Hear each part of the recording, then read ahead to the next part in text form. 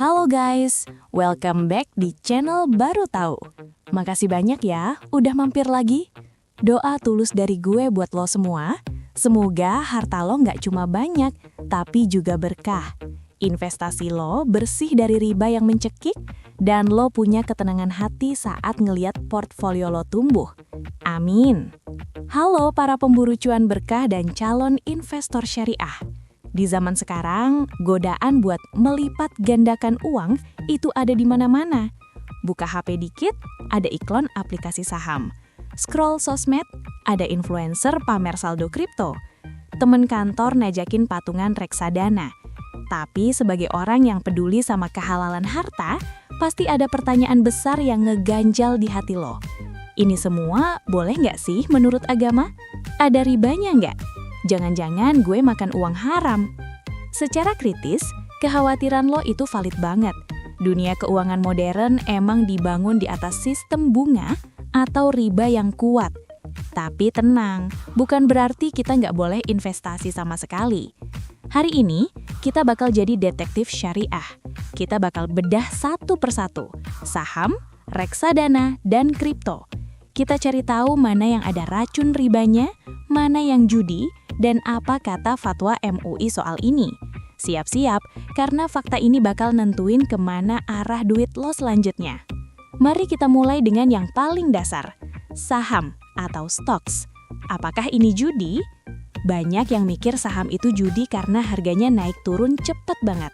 Secara edukatif, saham itu sebenarnya adalah bukti kepemilikan sebuah perusahaan. Kalau lo beli saham Telkom, berarti lo jadi pemilik sebagian kecil dari perusahaan Telkom. Dalam Islam, ini disebut syirkah atau kerjasama modal. Jadi, secara konsep dasar, saham itu halal. Tapi, ada tapinya yang gede banget. Nggak semua saham itu halal.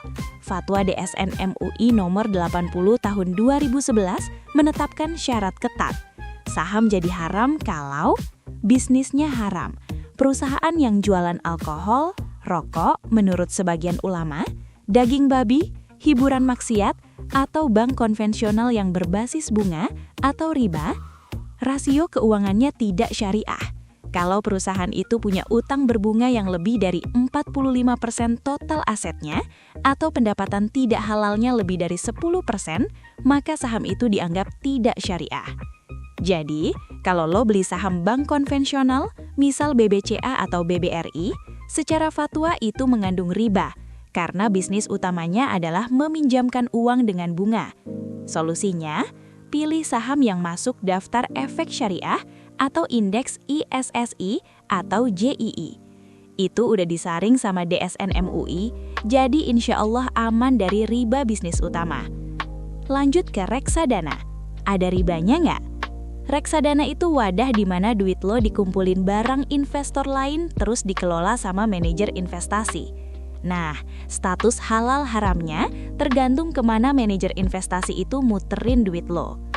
Secara kritis, reksadana konvensional itu berpotensi besar mengandung riba. Kenapa?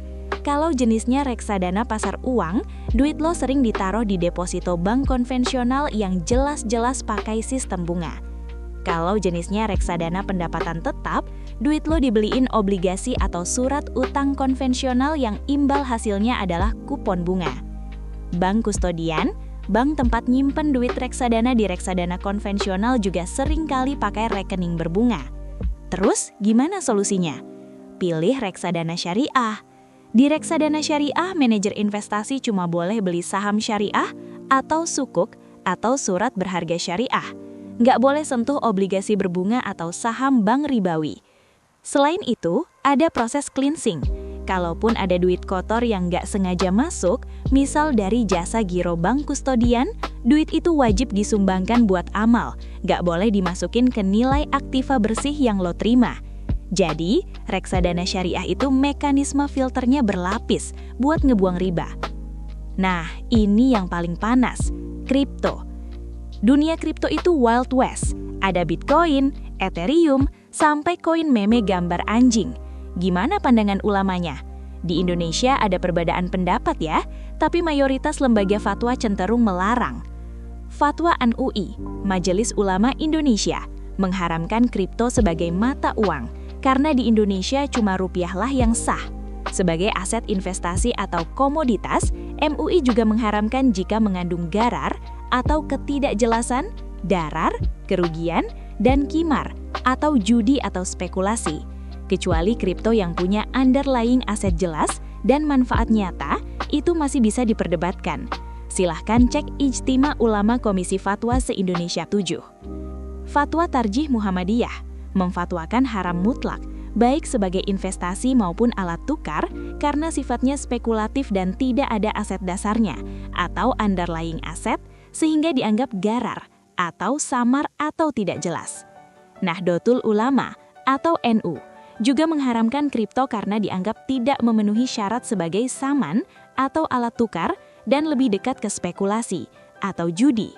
Secara kritis, gue lihat poin utamanya adalah volatilitas dan ketiadaan underlying aset. Kripto sering naik turun ribuan % tanpa alasan ekonomi yang jelas, misalnya cuma karena cuitan Elon Musk misalnya.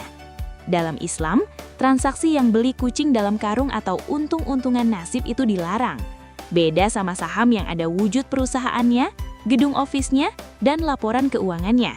Jadi buat lo yang mau main kripto, pahami risiko syariahnya ini sangat tinggi menurut Fatwa Ulama Indonesia. Analisis kritis gue sebagai partner diskusi lo, niat dan akad itu kuncinya. Gue lihat fenomena ini menarik. Banyak orang takut makan babi tapi santai aja makan bunga bank dari dividen saham perbankan. Padahal dosanya riba itu ngeri banget guys. Investasi itu bukan cuma soal return on investment, tapi juga return on akhirat. Kalau lo mau tenang, reksadana syariah dan saham syariah adalah instrumen yang paling aman secara regulasi negara dan agama saat ini. Instrumen ini diawasi OJK dan Dewan Pengawas Syariah. Jangan tergiur cuan gede di kripto atau saham gorengan kalau hatinya nggak tenang. Rizki yang sedikit tapi berkah itu jauh lebih nikmat daripada rizki gunung tapi panas dimakan. Gunakan logika kritis lo, pelajari fun fact sheet-nya, pastikan ada label syariah, dan jangan ikut-ikutan FOMO. Intinya guys, saham halal, asalkan saham perusahaan yang bisnisnya halal dan lolos rasio utang, daftar efek syariah. Reksadana, konvensional mengandung riba, bunga deposito atau obligasi. Pilih reksadana syariah yang ada proses cleansing-nya. Kripto, mayoritas ulama Indonesia, MUI, NU, Muhammadiyah, mengharamkan karena unsur spekulasi garar atau maisir dan tidak ada aset dasar, meski ada pandangan minoritas yang membolehkan kripto berbasis aset fisik. Gimana menurut lo? Lo tim yang hajar dulu urusan belakangan, atau tim yang cek fatwa dulu baru beli? Spill pengalaman lo berinvestasi syariah di kolom komentar. Jangan lupa klik tombol subscribe ya, biar lo makin cerdas finansial dunia akhirat. Like video ini kalau lo peduli sama kehalalan harta lo, dan share ke teman lo yang masih bingung bedanya saham biasa dengan saham syariah. Terima kasih banyak udah nemenin gue bedah fatwa cuan ini sampai habis. Gue bener-bener apresiasi waktu kalian. Doa gue semoga portfolio lo hijau dan hati lo tenang. Sampai ketemu di video berikutnya. Tetap berkah, tetap cuan, dan yang paling penting, yang paling utama, tetap gunakan logika kritis lo. Gue cabut dulu. Bye!